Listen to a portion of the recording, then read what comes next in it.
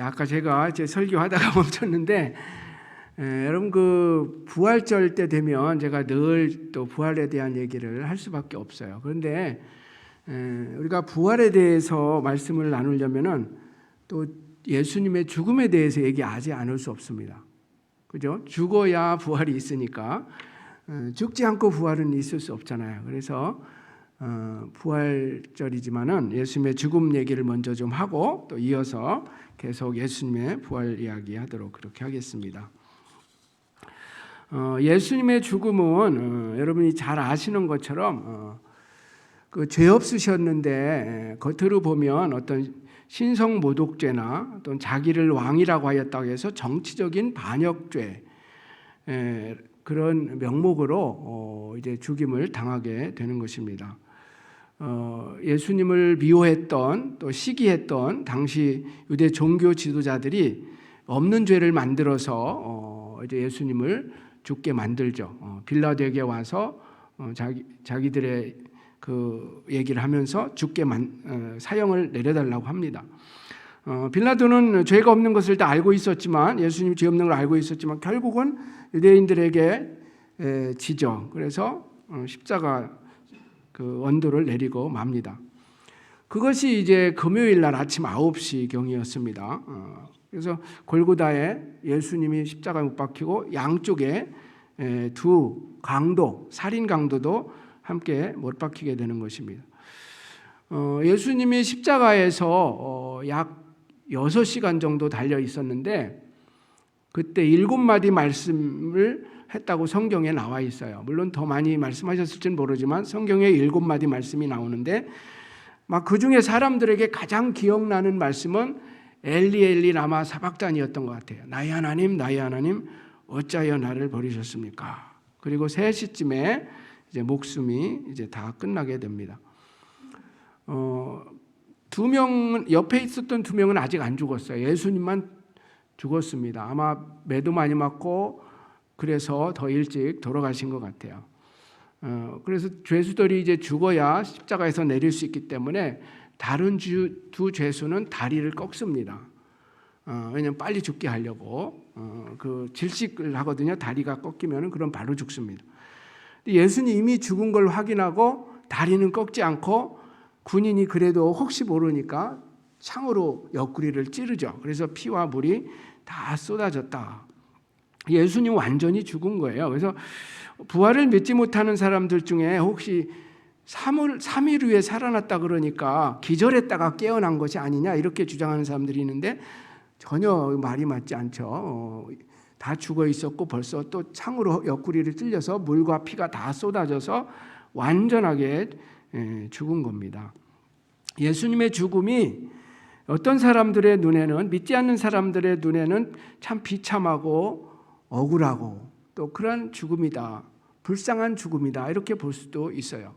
죄도 없은 분이 이렇게 억울하게 고발당하고 또 십자가에 가장 고통스러운 죽음을 죽었으니까 그렇게 생각할 수 있죠. 그러나 여러분 우리 예수님의 죽음은 억울한 죽음이 아니고 또 불쌍하거나 비참한 죽음이 아닙니다. 모든 인류의 대속을 위해서 주님이 죽으신 것입니다. 그리고 누구가 그를 죽게 했다라기보다는 성경에 보면 예수님께서 스스로 그 길을 가셨습니다. 예수님께서 자기가 목숨을 취할 권세도 있고 버릴 권세도 있는데 자기는 하나님의 뜻에 따라서 목숨을 버린다 그렇게 말씀을 했습니다. 그리고 예수님은 능력이 있으셨기 때문에 체포를 안 당하실 수도 있었고 천군 천사를 동원해서 막을 수도 있었죠. 또 십자가에서 내려올 수도 있었어요. 그러나 안 내려오셨어요. 그러니까 결국은 예수님께서 스스로 죽음의 길을 선택하고 가신 거죠. 왜요? 그 길만이 우리를 구원할 수 있는 길이었기 때문에 그렇죠. 예수님의 장례는 아주 간소하게 이루어졌습니다.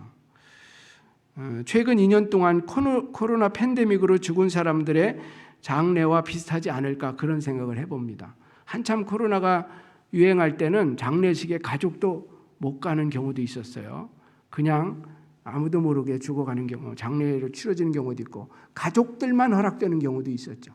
예수님의 경우는 그보다도 더 초라한 장례식이었어요. 가족들도 함께하지 못하고 제자들도 함께하지 못하고 성경에 보면은 두 사람 아리마대 요셉과 니고데모가 와서 그것도 빌라도와 친분이 있어서 시체를 내려다가 그 세마포로 싸서 무덤에다 갖다가 넣어 두었습니다. 그리고 이제 3일이 지났습니다. 장례가 치른 후에 금요일 날 저녁 때 장례가 이루어졌죠. 그리고 토요일 지나고 주일 오늘 부활절 새벽에 예수님의 여제자들 그러니까 여인들이 향품을 가지고 당시 아마 시체에다가 향품을 발라주는 그런 풍습이 있었던 것 같습니다. 이른 아침에 안식일 날은 움직이질 못하니까 유대인들 그 어떤 안식일 법에 의해서 안식일이 지나자마자 동틀 무렵에 이제 무덤으로 달려갔습니다.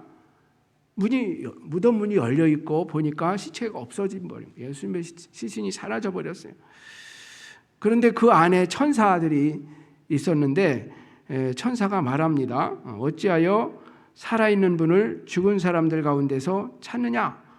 이미 그는 부활했다. 이런 말합니다. Why do you look for the living among the dead? He has risen. 왜 산 자를 죽은 자 가운데 찾느냐?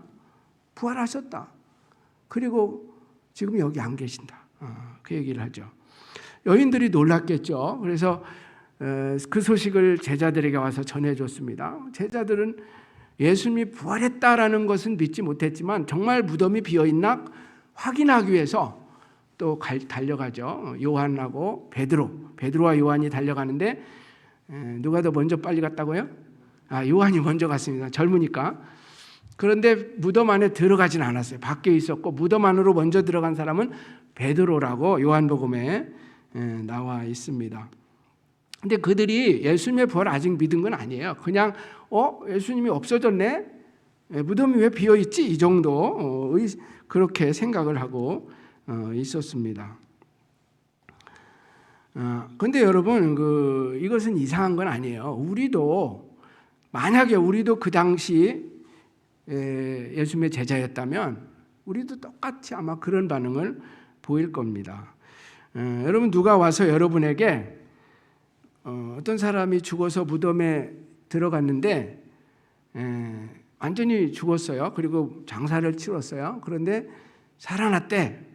무덤이 열려있대. 그럼 믿겠어요 여러분? 누가 그렇게 와서 여러분 했다면은 정말 그래? 확인하러 가는 사람도 별로 없을 거예요. 그거 잘못 본 거 아니야? 아니면 누가 가져갔겠지. 어떻게 죽은 사람이 살아나나? 그렇게 아마 우리도 그렇게 생각할 거예요. 그러니까 그 당시 부활을 못 믿은 것은 전혀 이상한 게 아니죠. 오늘 본문에 보면은 두 제자가 나오는데 여기는 예수님의 12제자에 속했던 제자는 아닙니다. 근데 그들도 예수님을 가까이 따랐던 제자였던 것 같습니다. 예루살렘에 있었고 그러한 얘기를 들었어요. 여인들이 가서 보고 온 얘기도 들었고 제자들이 베드로와 요한이 가서 무덤이 비어있다는 걸 확인하고 왔다는 얘기도 들었습니다.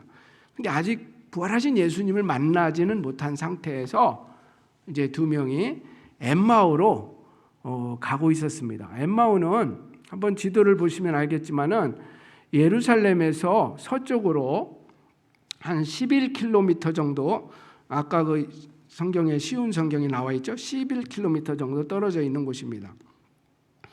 여기서 거리를 재면 약 어번대 정도 거리예요. 여기서 어번대 학교 그렇게 멀지는 않죠.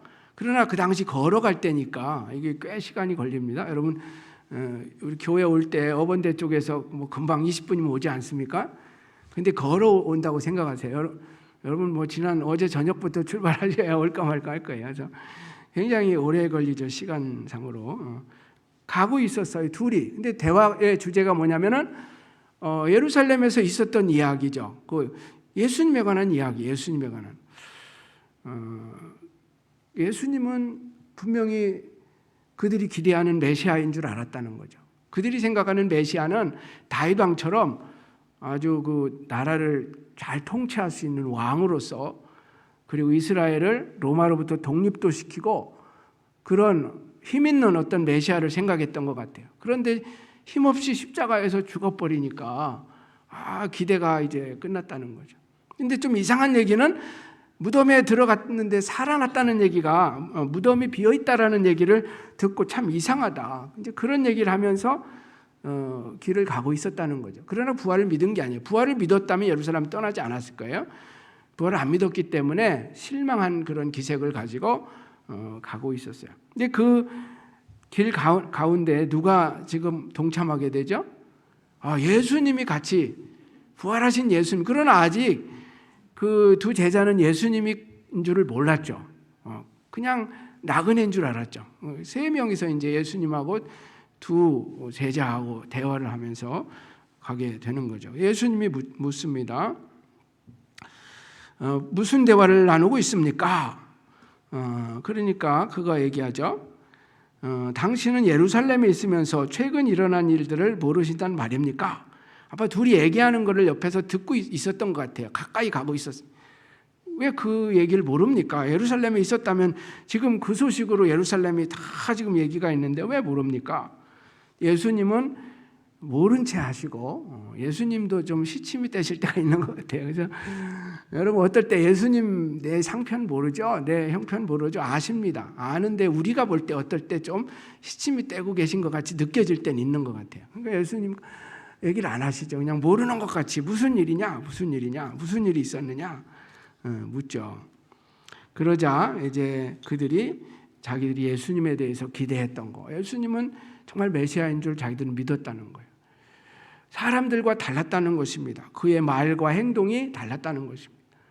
사람들이 할 수 없는 말을 했고 사람들이 할 수 없는 기적들을 많이 베풀었다는, 병자들도 많이 고치고, 그런데 죽어버렸다는 것입니다. 그 자기들의 지도자들이, 대제사장들이 예수님을 죽게 만들었다는 것입니다.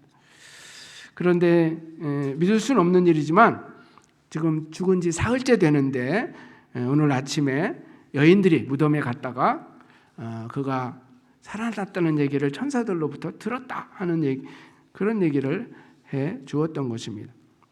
그때 예수님이 이제 그 두 제자에게 성경을 가지고 예수님에 대해서 얘기합니다. 그러니까 예수님 아직 자기를 안 밝혔으니까 예수님이 예수님에 대해서 얘기하는데 이제 꼭 제3자가 얘기하듯이 얘기를 하셨겠죠. 구약 성경을 가지고 모세 오경과 예언서를 가지고 봐라, 메시아는 이렇게 고난을 받아야 되고, 이사야 53장에도 보면 고난받는 이야기 나오잖아요. 그 다음에 영광으로 들어가야 되는 건 아니야. 그런 얘기를 해주죠. 그럴 때 제자들이 마음에 좀 뜨거움이 생겨났던 것 같아요.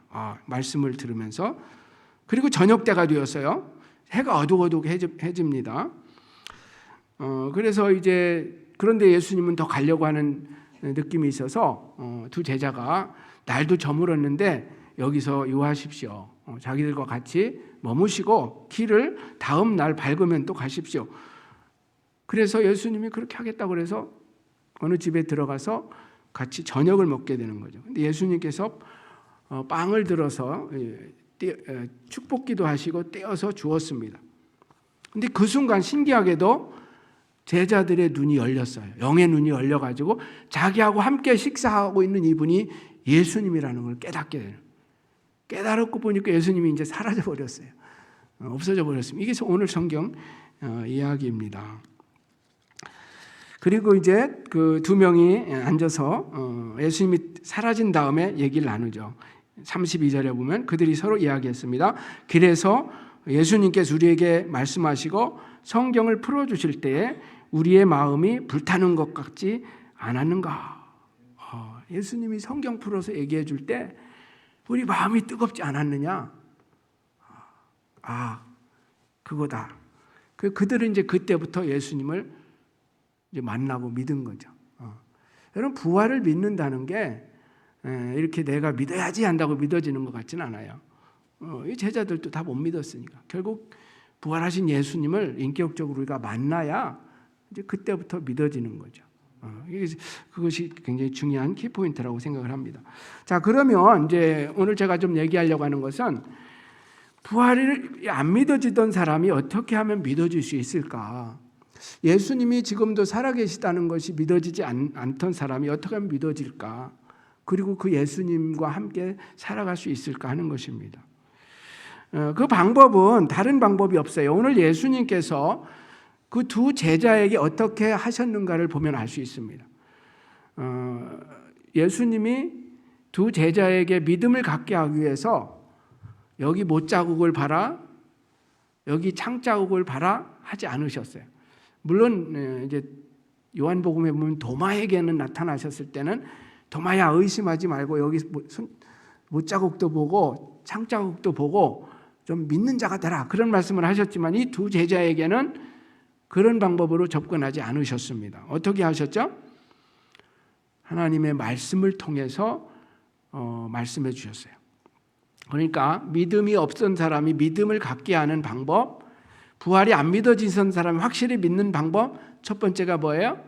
말씀을 통해서 하나님의 말씀을 듣고 또 말씀을 묵상하고 말씀을 공부할 때 믿음이 우리 마음이 뜨거워지면서 믿음이 생기는 거예요. 여러분 사도 바울이 로마서 10장 17절에서 어떻게 말했습니까? 그런즉 믿음은 들음에서 나며 들음은 그리스도의 말씀으로 말미암느니라. 아멘. 우리가 말씀을 들을 때 믿음이 생겨요. 왜 여러분 이렇게 주일날 와서 말씀을 들어야 믿음이 생기냐면은 믿음은 들음에서 나는 거예요. 왜 하나님의 말씀을 읽을 때 믿어지고 믿음이 생깁니까? 말씀에서 믿음이 생기는 거예요. 어떤 사람들은 자기는 잘 안 믿어진대요. 예수님이 안 믿어진대. 그렇게 말하는 사람은 10중 8구 성경 안 읽는 사람들입니다. 그 다음에 예배에 와서 말씀을 잘 안 듣는 사람들이에요. 안 듣고 안 읽고 안 묵상하면 믿음이 생길 방법이 없는 거죠. 그래서 말씀이 참 중요하다는 거 꼭 기억하시고, 여러분이 혹시 나는 참 믿음이 약합니다, 잘 안 생깁니다 하는 분들은 성경을 열심히 읽으세요. 그리고 성경 공부에 어떤 프로그램이 있을 때 적극적으로 지원하세요. 제가 가르치는 성경 공부에 들어와서 공부하다가 믿는 사람들 많습니다. 믿음이 생기는 거죠, 말씀을 들을 때. 그다음에 두 번째로, 엠마오로 향하던 두 제자들의 눈이 언제 열렸어요? 예수님이 빵을 들고 감사기도 하고 나눠줄 때 그들의 눈이 열렸잖아요. 이게 뭐냐면 성찬식을 지금 상징하는 거예요. 그리고 성찬식은 무엇을 의미하냐면은 유대인들에게 있어서는, 초대교회에 있어서는 성찬식은 곧 예배예요. 왜냐하면 예배 때마다 성찬식을 했어요. 그 예배가 결국은 우리의 믿음을 갖게 하는 데 있어서 키포인트다라는 것을 말씀하고 있어요. 그러니까 성찬식, 즉 예배를 통해서 우리의 믿음이 생겨난다는 것입니다. 예배를 정기적으로 드리는 분들은 믿음이 떨어질 이유가 없습니다. 예수님의 부활이 안 믿어질 이유가 없어요. 늘 우리가 예배에 참여해야 됩니다. 예배를 소홀히 하면서 믿음이 안 생긴다고 말하는 것은 그거는 이상한 말이 되는 거죠. 우리가 지난 2년 동안 이제 그 코로나 때문에 온라인 예배를 오랫동안 드렸습니다. 특수한 상황에서 온라인 예배라는 예배 형식으로 예배를 드린 분들이 참 많을 거예요. 그래서 뭐 지금도 그렇게 드리는 분이 있을 수 있고, 또 병상에 있다든지 교회 나올 형편이 안 돼서 그렇게 하는 분들이 있을 겁니다. 괜찮아요, 그렇게 하는 거. 그러나 온라인 예배가 어떤 정상적인 예배라고 생각하면 안 됩니다. 예배는 우리 믿는 사람들이 함께 모여서 찬송하면서 그리고 현장에 임하시는 주님을 만나고 경험하는, 그게 예배예요. 그래서 매일 우리가 교회 나올 수는 없지만 일주일에 한 번 정도는 꼭 함께 모여서 예배하는 그런 여러분 되기를 주님의 이름으로 축복합니다. 그 다음에 세 번째로는 오늘 본문에 나와 있진 않지만 믿음을 갖게 하는 데 있어서 성령의 역사가 있었습니다. 성령의 역사. 우리가 예수를 주라고 고백하는 것조차도 성령으로 말미암지 않고는 할 수가 없는 것이죠. 성령으로 말미암지 않고는 우리가 거듭날 수가 없어요. 당연히 예수님에 대해서 믿어진다, 부활이 믿어진다, 십자가가 믿어진다, 있을 수 없는 성령의 역사입니다. 우리는 부활에 대해서 얘기하면서 뭐 빈 무덤이다, 또는 세마포가 원래 감겨져 있었던 대로 그대로 놓여 있다, 이런 것이 부활의 증거라고 생각하는 경우가 있는데, 여러분 그 성경에서는 그렇게 얘기하지 않습니다. 그리고 그 무덤이 열려 있었다고 세마포가 놓여 있었다고 그거 보고 예수님 부활했구나 믿었다는 사람이 있다는 것은 없습니다. 그러니까 그것은 증거가 틀림없는 증거죠. 그렇잖아요. 뭐 누가 시체를 훔쳐갔다면 이걸 풀고 훔쳐갈 일도 없고, 그죠? 풀어도 그렇게 다른 방식으로 놓이겠죠. 그러나 세마포가 둘둘 감아진 대로 놓여 있으니까 쏙 몸만 빠져나간 건 거잖아. 이거는 부활하지 않고서는 설명할 수 없는 얘기죠. 그렇지만 이것이 부활의 증거라고 성경이 말하고 있지는 않아요. 왜냐하면 그 증거를 가지고 믿은 사람이 아무도 없기 때문에 그래요. 아까 그 제자들도 보고 믿지 않았었으니까요.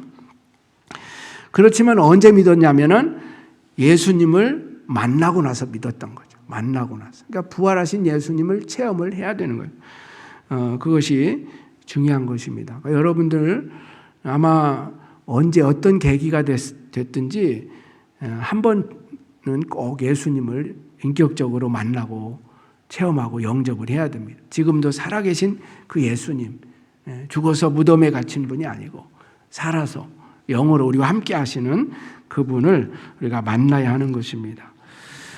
어떻게 만날 수 있는가? 처음 제자들은 직접 눈으로 보는 경험을 했습니다. 이것은 특별한 경우예요. 그러니까 성경에 보면 500여 명이 그런 경험을 했습니다.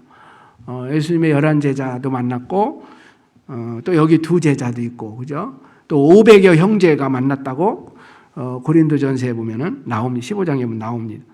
그러니까 한 600명도 안 됩니다. 실제적으로 눈으로 부활하신 예수님을 보고 믿은 사람들은. 그런데 부활을 믿는 사람들은 보지 않고 믿는 사람들이 더 많습니다. 예수님이 도마에게 얘기할 때 너는 본고로 믿느냐? 요한복음 20장 29절에 그죠? 너는 나를 본고로 믿느냐? 보지 않고 믿는 자들은 복되도다. 우리는 보고 믿는 사람들이에요? 보지 않고 믿는 사람들이에요? 우리는 보지 않고 믿는 사람들. 그러니까 더 복 있는 사람들이죠. 근데 우리가 어떻게 보지 않고 믿을 수 있느냐? 아까 제가 얘기했습니다. 하나님의 말씀, 그리고 예배, 그리고 또 하나 더 추가한다면 기도. 여러분 기도를 통해서 하나님을 만나야 됩니다. 사도 바울은 에베소서 1장 17절에서 19절에 보면은 에베소 교회를 위해서 기도하면서 이렇게 기도하죠. 하나님께서 계시의 영을 열어주셔서 그들이 하나님을 좀 알게 해주십시오. 하나님을 알게. 하나님 성령으로 계시의 영을 주셔서 그들을 좀 알게, 하나님을 알게 해주십시오. 기도를 통해서 하나님을 알게 되는 거죠. 또 마음의 눈을 밝혀주셔서 하나님의 부르심의 소망이 무엇이고 그 기업의 영광의 풍성이 무엇인지 알게 해달라고 또 기도하고 있습니다. 마음의 눈을 열어주십시오. 영의 눈이 그냥 안 열리잖아요. 그래서 기도를 통해서 열어야 이게 우리가 보이지 않는 영의 세계를 볼 수 있고 우리 성도들이 얼마나 그 존귀한 사람들인지 그 깨닫고 하나님이 주신 능력이 얼마나 큰지를 또 깨닫게 되는 거죠. 그래서 말씀, 예배, 기도 이런 것들이 우리에게 꼭 필요합니다. 부활하신 예수님은 지금도 살아계시며 우리와 함께 하십니다. 인간의 이성과 논리로 믿어지는 진리가 아닙니다. 믿음은 선물이라고 할 수 있어요. 그런데 선물이지만 우리가 말씀을 묵상하고 또 기도하고 함께 모여 예배하고 찬송할 때 그 주님이 우리 가운데 함께 하시는 것을 우리가 체험하게 되고 느끼게 되는 것입니다.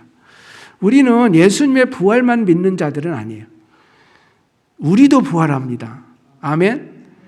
어떤 사람들 예수님은 하나님의 아들이니까 부활했지. 근데 예수님의 부활은 부활의 첫 열매예요. 그러니까 우리가 부활한다는 것을 보여주신 거예요. 그러니까 우리도 부활해요. 언제요? 예수님이 다시 오실 때. 예수님이 부활했던 것처럼 똑같이 그렇게 부활하게 될 것입니다. 제가 존경하는 그 목사님 중에 이연길 목사님이라고 계신데 이분은 그 부활절에 대한 설교에서 이런 말씀을 하셨어요. 부활은 믿는 것이 아니다. 부활은 믿는 것이 아니다. 그게 무슨 뜻인가? 제가 쭉 읽어봤는데 부활은 내가 예수님이 2000년 전에 죽었다 부활했어. 그렇게 믿는 것이 그렇게 의미가 있다는 게 아니라는 것입니다. 그 부활하신 주님은 지금도 살아계신 분이고 지금 나와 함께 계신다는 것을 우리가 믿고 그분과 함께 살아야 된다. 그런 말씀을 강조하세요. 여러분 부활하신 주님이 날마다 여러분과 함께 계신다는 것 여러분 믿으세요? 그 주님과 함께 살아가고 계세요? 그러면 우리의 삶이 부활을 체험하지 않은 사람과 체험한 사람은 똑같을 수 없다라는 거예요. 부활을 체험하지 않은 사람은요, 조금만 어려움이 와도 낙심하고 좌절합니다. 주님을 보지 못하는 거죠. 부활을 믿고 또 부활하신 주님과 함께 사는 사람은 어떠한 환난이 와도 낙심하지 않아요. 심지어 죽음조차도. 왜냐하면 죽음이 끝이 아니니까. 우리 부활의 몸을 입고 다시 영원한 삶을 살게 될 것이니까. 그럼 부활 신앙은 이렇게 관념적으로 머리에 남아있는 그런 신앙은 의미가 없습니다. 지금도 살아계셔서 나와 함께 하시고 내 고난 가운데도 함께 하시고 나를 인도해 주시고 나를 도우시고 나를 붙들어 주시는 그 주님. 우리 눈에는 안 보이지만 그러나 영의 눈이 열린 사람들은 보이죠. 주님이 함께 한다는 것을 늘 보여요. 주님이 함께 하시지 않는다면 우리 믿는 사람들은 불쌍한 사람들이 사도 바울이 그렇게 말했어요. 만약에 부활이 없다면 우리는 세상에서 가장 불쌍한 사람이다. 부활이 있는 줄 알고 일생 동안 절제하며 믿음으로 살았는데 부활이 없다면 얼마나 불쌍하겠어요. 그래서 바울이 그 얘기를 한 것은 부활은 정말 있다. 우리 믿는 자에게 부활은 주님의 약속이다. 부활신앙으로 오늘도 승리하실 수 있기를 주님의 이름으로 축복합니다.